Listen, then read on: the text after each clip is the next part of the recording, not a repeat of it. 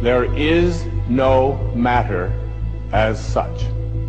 All matter originates and exists only by virtue of a force which brings the particle of an atom to vibration and holds this most minute solar system of the atom together. We must assume behind this force the existence of a conscious and intelligent mind. This mind is the matrix of all matter. Matter seems like a good place to begin. The solidity of the world seems totally indisputable. As a fixed thing that you can see and touch, your body is also reassuringly solid. But beginning with Einstein, modern physics has assured us that this solidity is a mirage. All of physical matter, everything we have around us, is the result of a frequency. And what that also means is that if you amplify the frequency, the structure of the matter will change. What this self-contained system is a hologram. It's what I call the super hologram. Everything within it is an expression of that hologram. This is one of the great characteristics of a hologram, is that every part of a holographic picture is a smaller version of the whole. It's as if reality is so connected that when you look at one small part, you can see things about other parts. That the entire whole is contained in the part. And in a sense, you can't divide reality up because we're cutting up a hologram. We can't find where one particle is because it's always a reflection of all particles. In a hologram, the whole pattern is whole and complete unto itself. And if you were to take any little portion of this whole out and examine it closely, you will see the entire pattern repeating itself again and again and again. Anywhere in this pattern, if we were to change one little aspect on any one of these little holograms, that change would be reflected throughout the entire system. Quantum physics has revealed what ancient masters knew. Matter does not exist. The concept of substance arose from the philosophy of Aristotle, and from that concept came science's conception of matter. The fact of the matter is that the substance of the universe is consciousness. Belief that the substance of the universe is matter leads to what I call a fear-greed dichotomy, as people in their quiet desperation attempt to accumulate as many material possessions and riches as possible. In fact, the substance of the universe is consciousness. Therefore, it is behavior that is important. If you get into the realms of fear, fear is a very slow, dense, vibrational state. And the more you embody fear, and the whole of this manipulated society is globally is structured to make us fear, to make us have stress, to make us worry about tomorrow, and have guilt about yesterday, and forget about now. It brings us into a slow vibrating, dense state. We should be very careful about what we believe about the future. The more you attach to a belief system, the more, if reality is holographic, you're helping create it by believing it.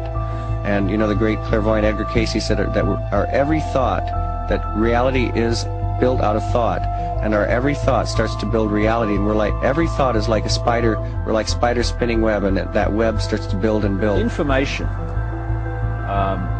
is the key, because this matrix, this illusory reality that we think is real, people say to me, what is the matrix? Answer, it's information. Information creates fractals. As information flow increases, the number of fractals, mathematically speaking, increase. This was demonstrated by a mathematician named Theodore Gordon. Fractals are unpredictable functions, so things are becoming more and more unpredictable. When you start getting into fractals and chaos theory, When you look at it in terms of a society, this is where it starts to cross over into the so-called Illuminati or the negative elite, the world leaders with their philosophy of order out of chaos. There is some truth to that, in the sense that when the system becomes highly destabilized, there will be random shifts that suddenly self-organize into higher complexity. At the subatomic level, reality behaves in accordance with the expectation of the observer, or the measurer, the scientist. Why is that remarkable?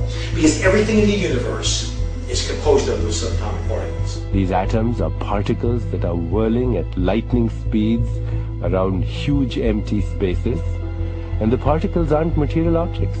They are fluctuations of energy and information in a huge void of energy and information. And what the science now is showing is that when you can change the field that the atom is in, you change the atom. And we're made of those atoms.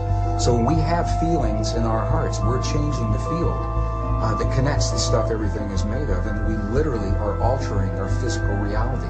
Once you establish the reality we live in, and the nature of what the physical body is, it's a biological computer, and the nature of what we are, which is consciousness, and then you start, as I have, looking at the way this world is structured and how it works and why they do this and why they do that, it suddenly brings into crystal clarity why the world is structured as it is. Because,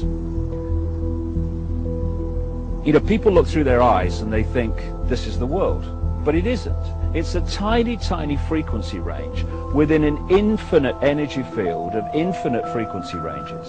And basically it's like a holographic television channel. It is the act of consciousness that actually creates the building block that the universe is made of. I can't imagine a universe that exists without us, because it's the act of us observing the world around us that is creating, allowing us to create as we go in a participatory universe. We may never find the edge of our universe as we're looking to define what this universe looks like. We may never find the smallest particle in the quantum world to see what this stuff is that we're made out of.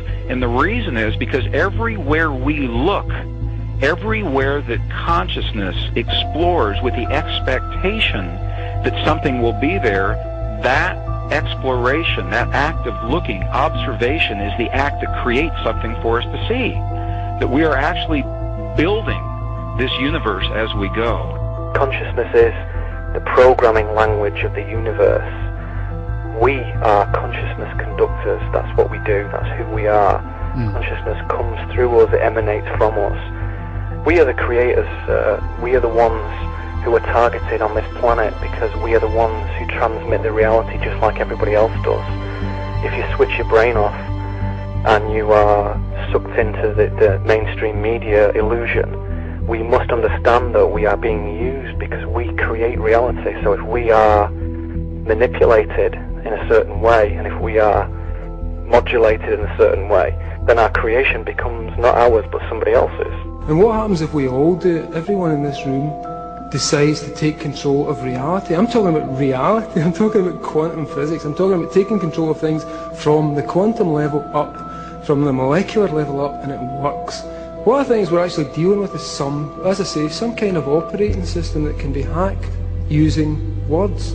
The world is like a ride at an amusement park, and when you choose to go on it, you think it's real, because that's how powerful our minds are. And the ride goes up and down and round and round. It has thrills and chills, and it's very brightly colored, and it's very loud, and it's fun for a while. Some people have been on the ride for a long time, and they begin to question, is this real, or is this just a ride? And other people have remembered, and they come back to us, and they say, hey, don't worry, don't be afraid, ever, because